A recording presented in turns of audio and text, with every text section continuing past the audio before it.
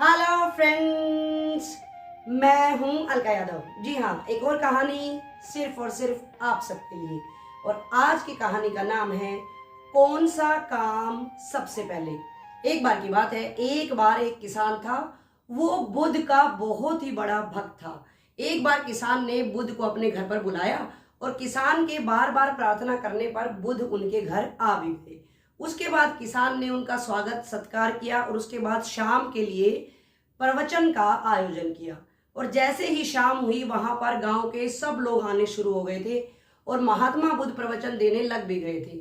उसके बाद गांव के लोगों ने देखा कि जिस किसान ने प्रवचन का आयोजन किया था वो दूर दूर तक कहीं भी दिखाई नहीं दे रहा था। सब गांव के लोग जो थे आपस में कानाफूसी करने लगे कि जिसने प्रवचन का आयोजन किया वो दिखाई नहीं दे रहा है, वो कहाँ चला गया है। सब आपस में बस इसी बात में लगे रहे और प्रवचन की तरफ भी ज्यादा ध्यान नहीं दे पाए। उसके बाद सब लोग प्रवचन समाप्त होने के बाद अपने अपने घर को चले गए। जैसे ही बहुत ज्यादा रात हो गई थी तो उसके बाद किसान घर को लौटा और उसने लौटते ही हाथ जोड़कर महात्मा बुद्ध जी से माफी मांगी। उसके बाद महात्मा जी ने पूछा कि तुम प्रवचन का आयोजन करवा के कहाँ चले गए थे। तो उसके बाद किसान ने बताया कि प्रभु, मैंने प्रवचन का आयोजन किया था, उसके बाद पूरी तैयारियां कर दी थी और उसके बाद जैसे ही आप प्रवचन शुरू करने वाले थे मुझे पता चला कि जो मेरा बैल था वो बहुत ही ज्यादा बीमार हो गया था। उसके बाद मैं बैल के पास गया, मैंने बहुत सारे घरेलू उपचार किए लेकिन उसकी तबीयत ठीक बिल्कुल नहीं हो रही थी। उसके बाद मैं बैल को एक डॉक्टर के पास ले गया और अगर मैं डॉक्टर के पास उसको नहीं लेकर जाता तो मेरा बैल आज बिल्कुल नहीं बच सकता था। सिर्फ इतना सुनना था कि उसके बाद महात्मा बुद्ध को सब समझ आ चुका था। उन्होंने कहा कि कोई दिक्कत नहीं है, तुम अब आराम करो, थके हारे हो, अब हम सो जाते हैं। उसके बाद जैसे ही अगली सुबह हुई, गांव के सारे लोग उसके घर के सामने इकट्ठा हो गए और सब महात्मा बुद्ध को कहने लगे कि ये कैसा व्यक्ति है, ये कैसा भक्त है जो आपका प्रवचन आयोजन करवा देता है और उसके बाद उस प्रवचन में क्षण भर के लिए भी ये रुकता ही नहीं है। हम सबने प्रवचन सुना और ये वहां पर बिल्कुल भी दिखाई नहीं दिया। इसके बाद गांव वालों के प्रश्न पे प्रश्न आ रहे थे तो महात्मा बुद्ध ने सबको उस घटना के बारे में बताया जो किसान ने रात को महात्मा बुद्ध को बताई थी।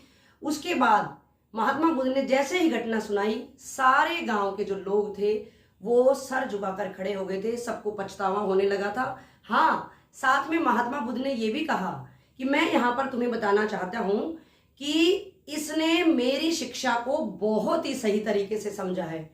मेरी शिक्षा का अर्थ यह नहीं है कि आप केवल और केवल प्रवचन सुनते रहें, बल्कि मेरी शिक्षा का महत्व, मेरी शिक्षा का जो ज्ञान है इसने पूर्ण रूप से लिया और इसने जाना कि प्रवचन की बजाय इसको अपने कर्म पर ध्यान देना चाहिए और इसने अपने कर्म को चुना और अपने कर्म को इसने सबसे पहले किया। तो अब से इसको मेरे प्रवचन सुनने की जरूरत है ही नहीं। इसको मेरी शिक्षा जो मैं देना चाह रहा था पूर्ण रूप से इसके अंदर वो समा गई है। तो देखा बच्चों और दोस्तों, मैं भी सिर्फ यही कहना चाहूंगी कि हम लोगों को भी अपनी सोच, अपनी बुद्धि और अपने विवेक से ये समझना चाहिए कि कौन सा कार्य पहले करना है। कई बार हम बहुत बड़ी गलती सिर्फ और सिर्फ यही कर देते हैं कि हमें समझ ही नहीं आता है कि किस समय पर कौन सा कार्य और कौन सा पहले कार्य करना है। तो आप अपने विवेक से काम लीजिए, बड़ों की सलाह भी ले सकते हैं। सबसे पहले ये जाने कि आपको कौन सा काम पहले करना है। उसके बाद देखिएगा कि आपको जीवन में किसी भी तरह की समस्या का सामना नहीं करना पड़ेगा। एक और नई कहानी के साथ अगले सप्ताह फिर से मिलूंगी। तब तक के लिए नमस्कार।